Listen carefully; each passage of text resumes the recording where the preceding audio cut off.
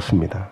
어떻게 요한계시록을 붙들고 여러분들께 말씀을 전할 생각을 했는지 지난 한 주 동안 참 힘들고 어려웠습니다. 왜냐하면 계시록 7교회를 설교할 때 예수님께서 책망을 참 많이 하셨어요. 7교회에게. 그런데 이 책망은 우리를 죽이기 위한 책망이 아닙니다.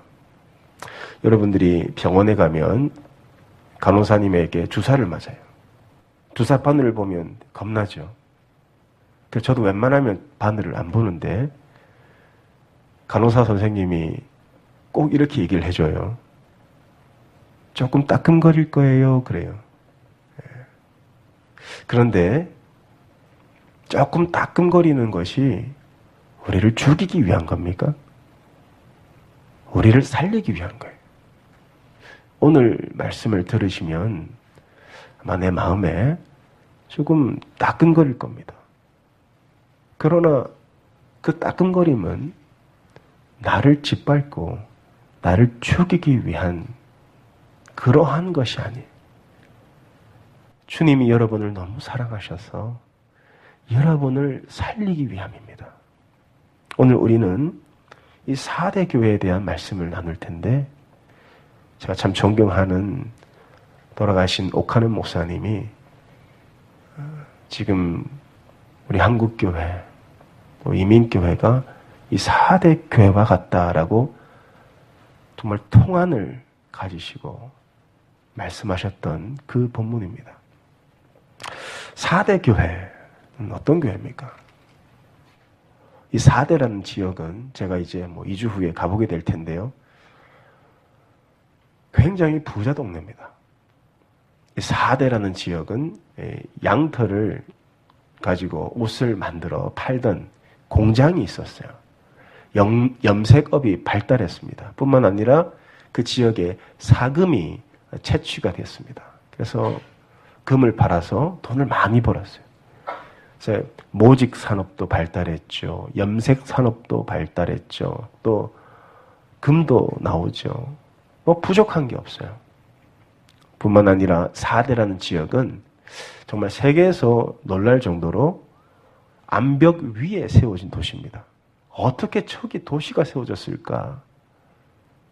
그래서 외부로부터 침략을 거의 받지 않았던 도시가 4대라는 지역입니다. 유일하게 고레스 왕에게 한번 점령을 당하고 또 알렉산더 대왕에게 한번 점령을 당하고 그러니까 이 4대라는 도시는 물질적으로 풍족하죠. 그리고 지정학적으로도 안전하죠. 하나 부족한 게 없어요. 그런데 주님은 이 4대 교회를 향하여 사망 선고를 내리세요.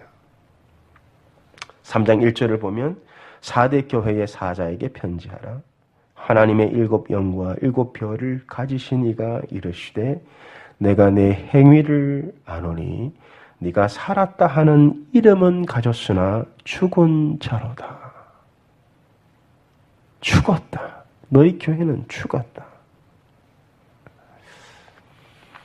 이 4대 교회는요. 어떤 교회였습니까? 예수님도 인정하실 만큼 유명한 교회입니다. 이런 말씀을 하시죠. 네가 살았다 하는 이름은 가졌으나 이 이름이라는 것은 reputation, 명성. 그 유명한 명성은 가졌다라고 말씀하세요. 어떤 명성입니까? 교회가 커요. 여러분 어느 도시에 가면 바로 떠오르는 교회가 있잖아요. 강남에 어떤 교회, 달라스에도 어떤 교회 크고 그 교회에 모이는 사람은 다 부자고 문제가 없어요. 그렇게 유명한 교회인데 겉으로 볼 때는 화려하고 정말 유명한 교회인데 주님은 불꽃 같은 눈으로 속을 들여다보십니다.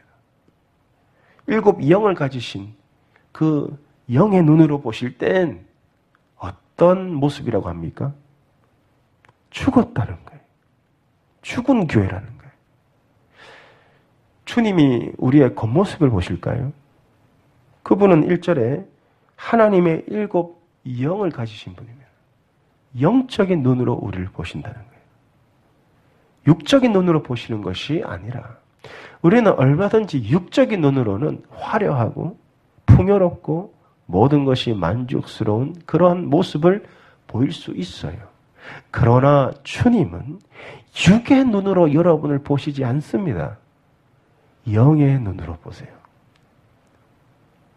그럴 때 주님이 여러분 앞에 어느 날 서 계시면 우리는 어떤 평가를 받게 될까요? 살아있는 것 같으나 영적으로는 죽어 아무 능력이 없는 4대 교회는 바로 그런 교회입니다. 난공불락의 난공불락의 그 요새 위에 있었고 성도들은 다 비즈니스를 잘해서 먹고 사는데 문제가 없어요. 모든 게 풍요로워요. 그러나 그 교회는 죽었어요. 완전히 죽었어요. 이 교회가 왜 죽었을까요? 주님은 말씀하세요. 너희가 죽은 자로다. 왜 죽었을까요? 4대 교회를 자세히 들여다보면 소아시아 7 교회 중에 다른 교회에는 없는 게 있습니다. 그게 뭐냐? 다른 교회는 없는데 4대 교회에게만 있는 게 있어요. 뭐냐 그것이? 여러분 소아시아 7 교회는요. 다 고난과 핍박을 받습니다. 그런데 4대 교회는 고난과 핍박을 전혀 받지 않아요. 에베소 교회는 어떤 핍박을 받았습니까? 거짓 선지자들이 들어와서 처음 사랑을 잃을 만큼 치열하게 싸웠어요. 서머나 교회는요. 유대인의 그 사탄의 회당이 앉아있던 그 교회가 서머나 교회예요. 버가모 교회는 어떻습니까? 예수님이 사탄의 권좌가 있다고 말씀하세요. 그리고 이 안디바라는 순교자를 배출합니다. 두아디라 교회는 어땠어요? 이세벨, 여자 이세벨의 가르침이 횡행했던 교회. 그러나 4대 교회는 아무리 들여다봐도 다른 교회가 겪었던 고통, 환난, 고난이 전혀 없습니다. 뿐만 아니라 이 4대 교회는 다른 교회는 있는데 4대 교회는 없는 게 있습니다. 그게 뭘까요? 바로 사탄의 공격이에요. 여러분 서문학 교회는 어떻습니까? 사탄의 회당이 있었다. 버가모 교회는 충성된 증인 안디바가 죽임을 당했고 그 교회는 사탄의 권좌가 있었다. 두아디라 교회는요. 여자 이세벨, 사탄의 깊은 것이 있었다라고 말합니다. 그런데 4대 교회는 다른 교회에는 있었던 사탄의 공격이 없어요. 왜 없을까요?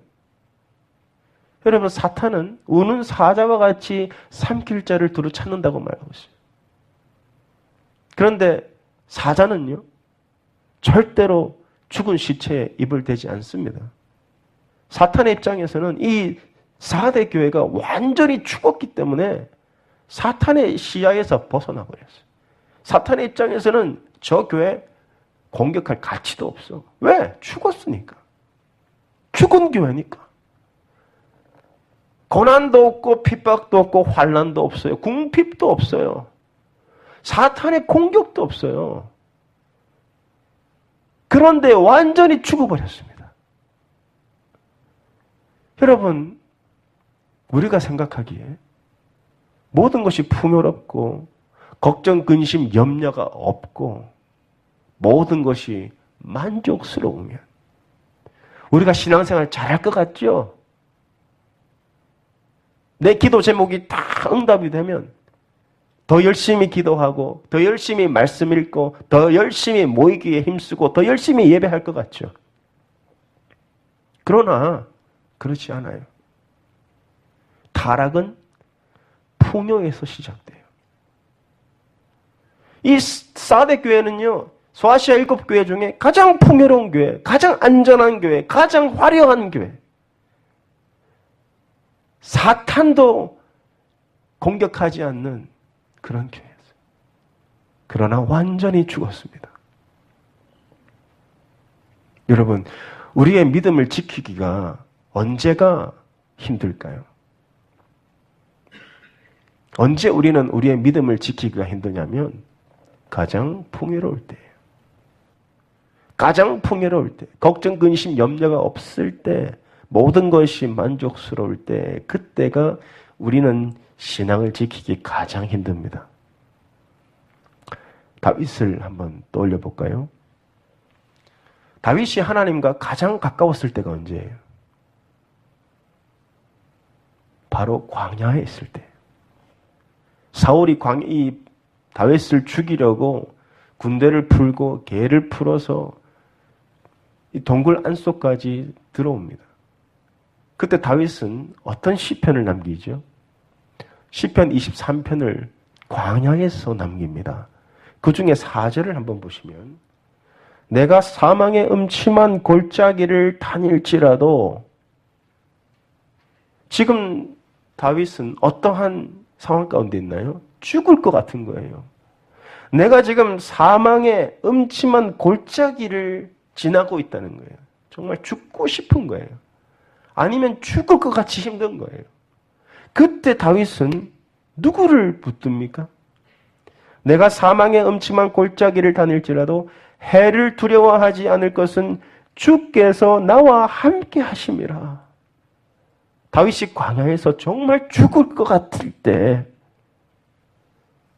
그 사망의 음침한 골짜기를 다녔을 때, 그때 다윗은 나와 함께 하신 하나님을 만나요. 하나님과 가장 가까운 관계를 광야에서 그때 갖게 됩니다. 그런데 다윗이 가장 하나님과 멀어졌을 때가 언제죠? 하나님과 가장 멀어졌을 때 다윗이 광야가 아니라 왕궁에 있었을 때예요. 다윗은 이제 모든 것이 해결되었습니다. 사울도 죽었죠. 자기를 괴롭히는 원수도 없어요. 그리고 가는 곳마다 전쟁에서 승리를 해서 다윗의 왕궁에는 전리품이 넘쳐납니다. 아내도 여러 명이에요. 자식도 많아요. 자기를 대적하는 사람이 없어요. 그러나 그때 다윗은 하나님과 가장 멀어져요. 모든 문제가 해결되고 어딜 가나 풍요롭고 어딜 가나 자기를 존경하고 바로 그때 다윗은 하나님의 손을 놓아버려요. 다윗은 그 광야에서 사망의 음침한 골짜기를 지날 때 시편 23편을 기록합니다. 내가 사망의 음침한 골짜기를 다닐지라도 해를 두려워하지 않을 것은 주께서 나와 함께 하심이라. 주님을 떠올리며 나와 함께 하신 주님을 바라보며 그분의 손을 붙잡으며 이 시편을 기록하는데 성경에 보면 다윗이 쓴 편지가 나와요. 똑같은 사람입니다. 똑같은 손으로 편지를 썼어요. 그러나 광야가 아니라 왕궁에서 다윗은 어떤 편지를 씁니까? 어떤 편지를 써요? 똑같은 사람이고 똑같은 손으로 어떤 편지를 씁니까? 장소만 바뀌었어요. 광야에서 왕궁으로. 그때 왕궁에서 이 다윗은 어떤 편지를 씁니까? 사무엘하 11장 14, 15절 보세요. 아침이 되매 다윗이 편지를 써서 우리아의 손에 들려 요압에게 보내니 그 편지에 써서 이르기를 너희가 우리아를 맹렬한 싸움에 앞세워 두고 너희는 뒤로 물러가서 그로 맞아 죽게 하라. 사망의 음침한 골짜기를 지났던 다윗, 거기서 시편 23편을 썼던 다윗이 이제는 자기를 가장 사랑하는 우리아를 사망의 음침한 골짜기로 내보내버리고 거기서 맞아 죽게 하라라는 편지를 쓰고 있는 거예요. 왜요? 그 우리아의 아내를 겁탈하고 임신시켰어요. 그리고도 자기의 죄를 몰라요. 나단 선지자가 올 때까지. 하나님과 완전히 멀어진 거예요. 같은 사람이에요. 같은 사람. 같은 손으로 썼다니까요. 시편과 이 편지를. 광야에서 다윗은 하늘을 바라보며 주님의 손을 붙들고 내가 사망의 음침한 골짜기를 다녀도 주님이면 충분합니다. 그러나 왕궁에서 사람을 죽이는 편지를 쓰는 거예요. 다윗은 지금 모든 게 풍요롭습니다. 자기가 전쟁에 안 나가도 알아서 싸워서 이기고 돌아와요. 그러나 다윗은 그 왕궁에서 하나님과 너무 멀어져 버립니다. 성경이 왜 우리에게 이 극단적인 모습을 보여주고 있냐? 이게 인간이라는 거예요. 사람에게 뭘 그렇게 기대를 합니까? 인간이라는 존재는 이렇게 악하고 이렇게 이기적이고 이렇게 탐욕스러운 존재라는 거예요. 주님은 그걸 너무 잘 아세요. 이 4대 교회가 그랬어요. 모든 게 풍요롭고 모든 게 안전하고 모든 게 평안합니다. 그러나 그들은 죽었어요. 때로는 우리의 삶 속에 여러 가지 문제들이 있을 수 있습니다. 그런데 여러분, 하나님이 능력이 없어서 그 문제를 해결해 주지 않습니까? 정반대예요. 여러분을 너무 사랑하니까 여러분의 손을 안 놓치려고 여러분의 손에 그 문제를 주시는 거예요. 왜요? 주님은 너무나 분명히 아십니다. 너희가 그 문제 때문에 내게 나오고 너희가 그 문제 때문에 나를 만나고 너희가 그 문제 때문에 나를 경험하게 된다는 거예요. 여러분, 내가 어떻게 하나님 만났습니까? 그 문제가 아니었으면 하나님 만났어요? 왜 지금까지 하나님은 내 기도에 응답하지 않습니까? 나를 사랑하기 때문에. 다 줘보니까 떠나더라는 거예요. 탕자처럼. 둘째 아들이 아버지한테 재산 달라고 했을 때 아버지가 다 줘버립니다. 그러니 어떻게 합니까? 먼 나라로 가서 아버지 없이 그렇게 살아요. 주님 분명히 아세요. 4대 교회가 그래요. 금을 캐고 양털을 만들어서 옷을 만들고 염색을 해서 돈을 많이 벌었지만 그들은 완전히 죽어버려요. 키에르케고르라는 이름을 들어보신 분이 계실 텐데 키에르케고르는 덴마크 사람이에요. 19세기에 활동했던 신학자이고 철학자입니다. 그 키에르케고르가 활동했던 당시 덴마크, 그 덴마크에서는요, 시민권을 얻으려면 반드시 교회에 나가야 돼요. 교회에 멤버십을 받아야 시민권을 줬어요. 왜냐하면 이 덴마크의 국교가 기독교였기 때문에. 여러분 한번 생각해 보세요. 여러분 교회만 나오면 트럼프 대통령이 시민권을 준대요. 교회만 나오면 영주권을 준대요. 그러면 교회가 매어 터지겠죠. 당시 덴마크는 성직자들을 국가에서 월급을 줬습니다. 국가 공무원이었어요. 만약에 저와 같은 성직자가 국가 공무원이면 신학교 아마 매어 터질 겁니다. 덴마크가 그랬어요. 근데 이 덴마크가 어떻게 됐습니까? 키에르케고르는 정확하게 판단했습니다. 전 성도가, 전 국민이 다 교회에 나와요. 그리고 성직자들은 국가에서 월급을 받아요. 이야, 그가 부흥했을까요?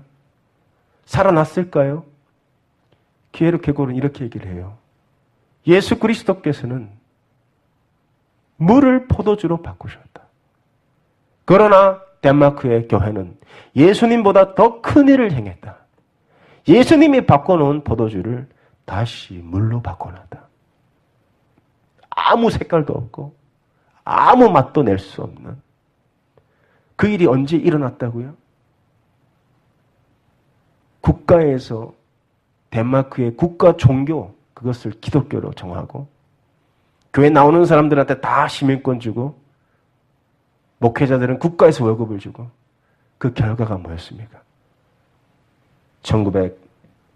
1989년도에 덴마크는 동성결혼을 합법화시키고요. 지금 세계에서 무신론자 비율이 3위입니다. 현재 주일마다 교회 출석하는 인구는 전 인구의 10%도 안 돼요. 거기에는 모든 게 풍요롭고 고난도 핍박도 없어요. 그러나 죽어버렸습니다. 그러나 주님은 우리의 마음을 너무나 잘 아세요. 우리의 삶이 풍요롭고 우리가 더 이상 부족함이 없을 정도로 살아갈 때 우리는 우리의 믿음을 지키기 너무 힘들다는 사실을 우리 주님은 분명히 아시고 우리를 사랑하시기 때문에 우리에게 필요한 적당한 크기의 고난을 허락하시는 거예요. 그게 주님이 우리를 사랑하시는 방법입니다. 아, 왜 하나님 나에게만 이런 고난이 오고 왜 나는 이렇게 힘들게 살아야 됩니까? 주님이 여러분을 사랑하기 때문이에요. 다 줘봤더니 인간은 떠나더라는 거예요. 그래서 적당한 만큼 문제를 여러분에게 안겨주시는 겁니다. 4대 교회는 모든 걸 가졌으나 완전히 죽었어요. 그러나 주님은 여전히 4대 교회를 사랑하십니다. 여전히 4대 교회를 붙들고 있어요. 이 4대 교회는 칭찬이 없습니다. 책망만 있어요. 소아시아 7교회 중에 4대 교회와 라오디게아 교회, 이 두 교회는 칭찬이 없고 책망만 있습니다. 그런데 주님은 아무리 이 4대 교회를 책망한다 할지라도 주님은 4대 교회를 여전히 사랑하시고 여전히 붙들고 계세요. 3장 1절에 보면 예수님이 어떤 형상으로 나타나고 있습니까? 4대 교회 사자에게 편지하라. 하나님의 7 영과 7 별을 가지신 이가 이르시되 7 별을 가지고 있다라고 말씀하세요. 이 7 별이 무엇이었습니까? 요한계시록 1장에서 7 사자라 그랬어요. 7 사자는요, 하나님이 보내신 자, 교회에 보내신 자. 그러니 하나님이 보내신 주의 종들이에요. 여전히 타락했고 여전히 죽어 있지만 주님은 4대 교회를 붙들고 계시더라는 거예요. 여전히 내 신앙은 죽어가고 있고 나는 모든 힘을 잃어가고 있지만 주님을 향한, 우리를 향한 주님의 사랑은 여전히 불타오르고 있다는 거예요. 여전히 여러분을 사랑하고 있고 여전히 여러분을 붙들고 있다는 거예요. 그러면서 하시는 말씀이 뭡니까? 2절에 너는 깨어나라. 너는 일깨어. Wake up. 3절에다 보면 그러므로 네가 어떻게 받았으며 어떻게 들었는지 생각하고 지켜 회개하라. 만일 일깨지 아니하면 내가 도둑같이 이르리니 어느 때에 내게 이르는지 네가 알지 못하리라. 여러분, 주님의 음성을 한번 떠올려보세요. 주님이 어떤 음성으로 말씀하시겠습니까? 자고 있는 4대 교회를 너무 안타까운 마음으로 붙들고 깨어나라, 흔들어 깨우시는 거예요. 여러분이 지금 신앙적으로, 영적으로 잠들어 있을 때 주님이 여러분을 찾아오셔서 너무 안타까워서 여러분을 붙들고 흔들어 깨우는 거예요. 깨어나라, 일어나라. 우리는 어떻게 일어날 수 있습니까? 어떻게 우리의 죽어있는 신앙이 다시 깨어날 수 있는가? 주님은 분명히 방법을 알려주세요. 3절에 보면 그러므로 네가 어떻게 받았으며 어떻게 들었는지 생각하고 지켜 회개하라. 주님이 4대 교회에게 주신 처방이 뭐예요? 어떻게 받았으며 어떻게 들었는지 생각하라. 이 4대 교회에 복음이 처음 들어갔어요. 그때 이 4대 교회가 그 복음을 어떻게 받았으며 그 복음을 어떻게 들었는지 다시 복음으로 돌아가라는 거예요. 다시 복음으로 돌아가야만 너희가 회복되고 다시 깨어나고 다시 일어날 수 있다는 거예요. 여러분, 복음이 뭐예요? 복음은 하나님이 나를 위해 행하신 일이에요. 하나님이 여러분의 이름을 한번 대입해 보세요. 하나님이 나 죄인 손해도를, 하나님이 여러분을 너무 사랑해서 그 예수 그리스도께서 하나님과 동등됨을 여기지 아니하시고 그 보좌를 잠시 비워두시고 여러분을 너무 사랑하여 여러분을 위해서 이 땅에 오셨어요. 나를 위해서 이 땅에 오셨어요. 그리고는요, 나를 위해 골고다 언덕에 십자가를 지고 올라가셨어요. 그 내가 짊어지고 가야 되는데 나 대신 그 무거운 죄의 십자가, 죄의 형틀을 지고 올라가시고 나를 위해 그 십자가에서 살이 뜯어지시고 옆구리를 찔리시고 가시멜로관을 쓰시고 거기서 죽으셨다 이거예요. 누구를 위해서? 나를 위해서. 그리고 무덤에 들어가서 사흘 만에 다시 살아나셨어요. 그리고 무덤 문을 열고 나오셨습니다. 누구를 위해서? 나를 위해서요. 그리고 나를 위해서 내가 너와 영원히 함께 하겠다고 아버지께 부탁하여 성령을 보내셨어요. 나를 위해서. 그리고 때가 참에 나를 위해서 영광의 구름 타시고 다시 오실 겁니다. 나를 데리러. 이게 복음이에요. 그래서 예수님은 이 4대 교회에게 너희가 깨어나고 일어날 수 있는 유일한 방법은 다시 복음으로 돌아가는 것밖에 없다는. 어디서 어떻게 받았으며 어떻게 들었는지를 생각하고 그 처음 들었던 복음, 그 복음의 감격, 그 복음의 눈물을 회복하라는 거예요. 그래야 너희가 깨어날 수 있다. 그런데 복음을 들어도 어떻습니까? 별로 새롭지도 않고 감격도 없고 눈물도 없어요. 복음을 전해도, 복음을 들어도. 왜 복음을 듣고 복음을 내가 주일마다 접하는데 왜 이렇게 눈물이 안 나죠? 왜 이렇게 메말라 있죠? 여러분, 제가 여러분들께 세상에서 제일 맛있는, 제일 단맛을 내는 사과를 하나씩 드리겠습니다. 사과를. 정말 단 거예요. 그런데 이 사과를 드시기 전에 제가 여러분에게 사탕을 하나씩 드릴 거예요. 사탕을. 그리고 사탕을 한 30분만 이렇게 입에 물고 계시고 그리고 사과를 드셔보세요. 과연 그 사과가 달까요? 아니요. 써서 먹지 못합니다. 왜 이렇게 복음이 나에게 달게 안 느껴질까? 왜 이렇게 복음이 맛이 없을까? 왜 이렇게 복음은 지루할까? 왜 이렇게 복음은 내게 무력할까? 왜냐하면 내가 입에 사탕을 물고 있어요. 세상이 주는 기쁨, 육신의 정욕, 안목의 정욕, 거기에 완전히 심취되어 있기 때문에 아무리 이 맛 좋은 복음을 들어도 그 복음의 맛을 완전히 잃어버린 겁니다. 미각을 잃어버린 것처럼. 다시 복음으로 돌아가기 위해서는 그 복음의 감격에 완전히 사로잡혀야 돼요. 교회가 복음의 감격에 사로잡힐 때만 다시 일어나고 다시 깨어날 수 있는 겁니다. 많은 교회들이 이 복음의 이 감격을 잃어버려요. 복음의 감격. 여러분, 이 복음을 들었을 때 여러분 마음이 어떻습니까? 정말 기쁘고 눈물이 납니까? 어떻게 하나님이 나 같은 죄인 한번 살려보려고 그 하나밖에 없는 아들을 이 땅에 보내시고 십자가에서 죽게 하시고 나 대신 무덤에 들어가게 하셨는가? 이보다 더 큰 사랑을 여러분 들어보신 적이 있나요? 이 세상 모든 종교는요, 다 섬김을 받기 위해 존재합니다. 저도 조상신 오래 섬겨봐서 알아요. 잘 섬겨야 돼요. 늘 듣던 말이 조상신을 잘 섬겨야 복 받는다. 이 세상 모든 종교가 다 그래요. 다 섬김을 받기 위해 존재합니다.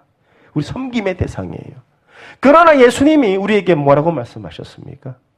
내가 섬김을 받으러 온 것이 아니라 도리어 내 목숨을 내어놓고 너희를 섬기러 왔다라고 말씀하세요. 이게 어떻게 가능한 거예요?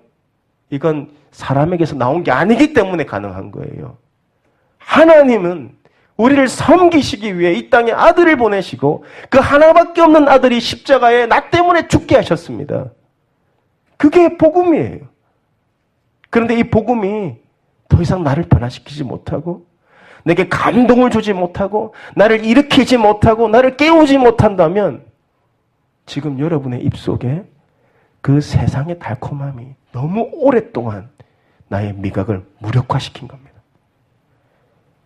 그 뱉어내셔야 돼요. 그리고 복음의 단맛을 회복하셔야 돼요.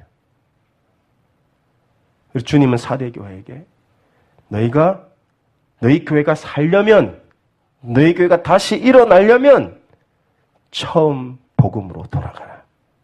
복음으로 돌아가라. 그리고요, 복음에 합당한 삶을 살아야 한다. 복음에 합당한 삶을 살아야 한다고 말씀하세요. 4절 말씀 보세요. 그러나 사대에 그 옷을 더럽히지 아니한 자 몇 명이 내게 있어 흰 옷을 입고 나와 함께 다니리니 그들은 합당한 자인 연고라.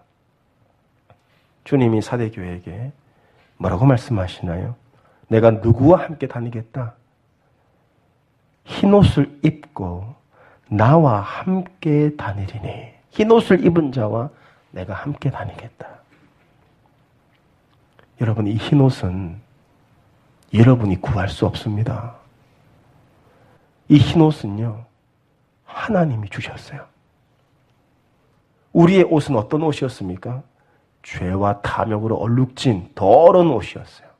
그러나 이사야 1장 18절에 너희의 죄가 주홍 같을지라도 눈과 같이 희어질 것이요 진홍같이 붉을지라도 양털같이 희게 되리라. 예수 그리스도의 보혈로 우리는 흰옷을 입었어요.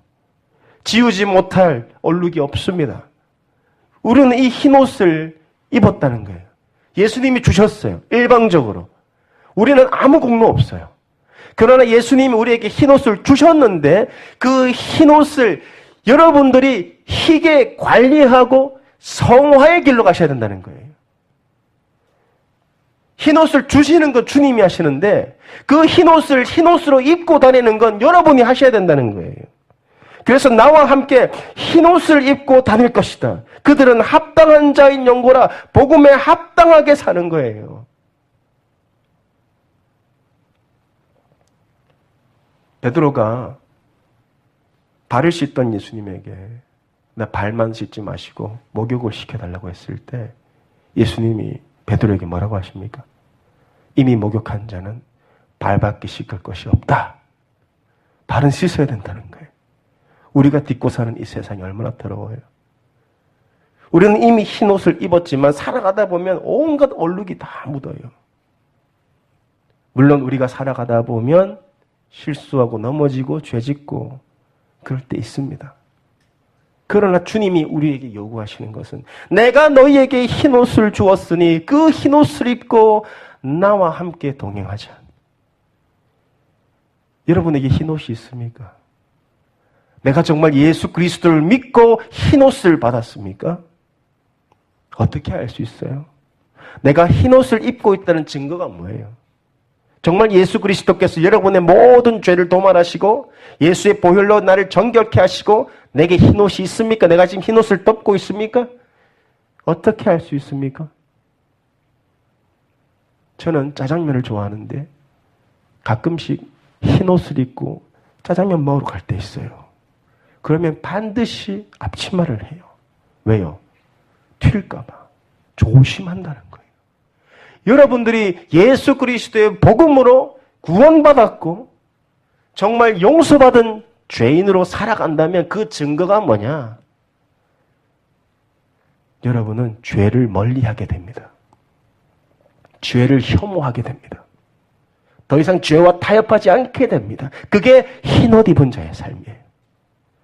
흰옷을 줬으니 나와 함께 동행하자. 그러한 자에게 약속하십니다. 뭘 약속하십니까? 5절 이기는 자는 이 치열한 죄와의 싸움에서 이 치열한 세속과의 싸움에서 이기는 자는 이와 같이 흰옷을 입을 것이요 내가 그 이름을 생명책에서 결코 지우지 아니하고 생명책에서 지우지 않겠다. 흰옷을 입고 그 흰옷에 합당하게 살아가는 자에게 나는 절대로 생명책에서 너의 이름을 지우지 않을 거예요. 여러분, 사람이 죽으면 호적에서 지워집니다. 이와 같이 영적으로 죽으면 생명책에서 지워지는 거예요. 여러분의 이름이 어디 기록되어 있어요? 우리 교회 명부에 기록된 것으로 기뻐하지 마세요. 여러분의 이름이 천국 생명책에 기록된 것으로 기뻐하시기 바랍니다. 누가복음 10장 20절 그러나 귀신들이 너희에게 항복하는 것으로 기뻐하지 말고 너희 이름이 하늘에 기록된 것으로 기뻐하라 하시니라. 여러분의 이름이 하늘에 기록되어 있습니까? 그 증거가 뭐예요? 흰옷을 입고 그 흰옷에 합당하게 살아가며 죄를 멀리하며 세상과 타협하지 아니하고 복음의 단맛을 느끼고 만끽하고 누리고 살아가는 거예요. 주님은 여러분을 사랑하세요. 제가 말씀드렸잖아요. 좀 따끔할 거라고. 근데 왜 따끔하게 하십니까? 우리를 살리시기 위해서요. 잠들어 있냐? 죽어 있냐? 내가 너를 붙들고 흔들어 깨우니 일어나라. 다시 복음으로 돌아가라.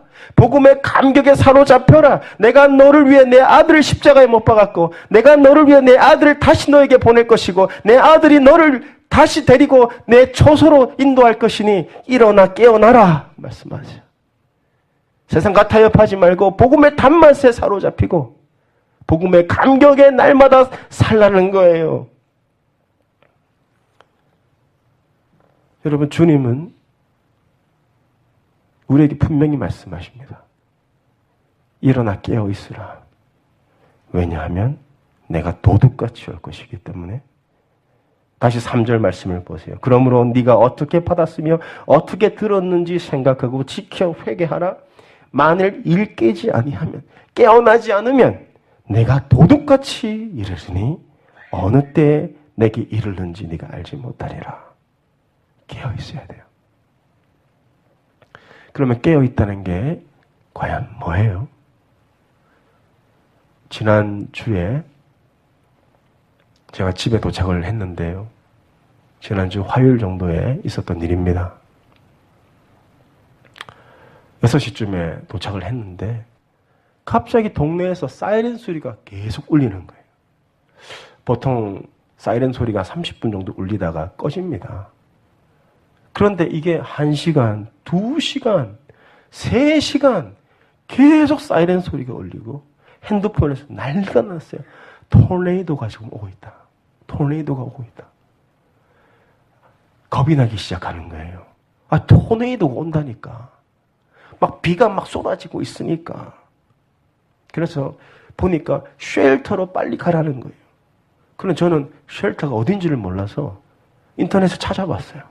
그러니까 집에 쉘터를 만들라는 그런 의미로 제가 해석을 했는데 저희 집 2층 계단 밑에 스토리지가 있습니다. 거기가 제일 안전하다 그러더라고요.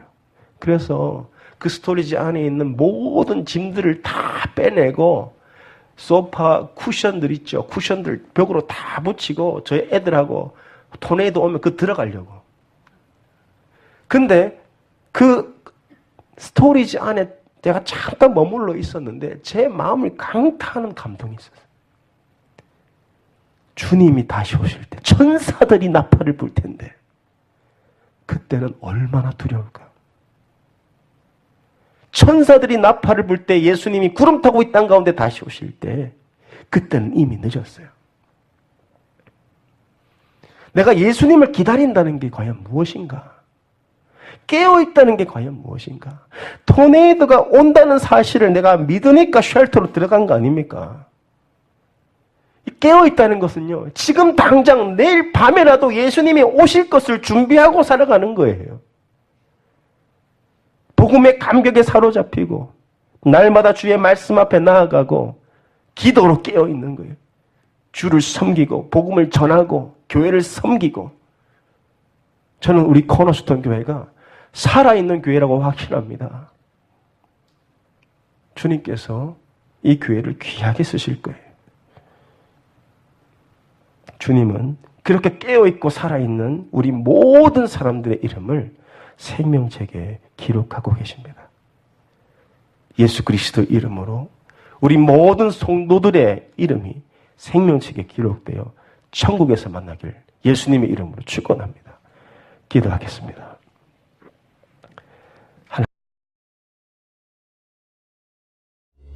지금까지 캐롤턴 코너스톤 교회 주일 말씀이었습니다. 주일 라이드가 필요하신 분은 972-242-5811로 연락 주십시오. 지역에 관계없이 라이드 해드립니다.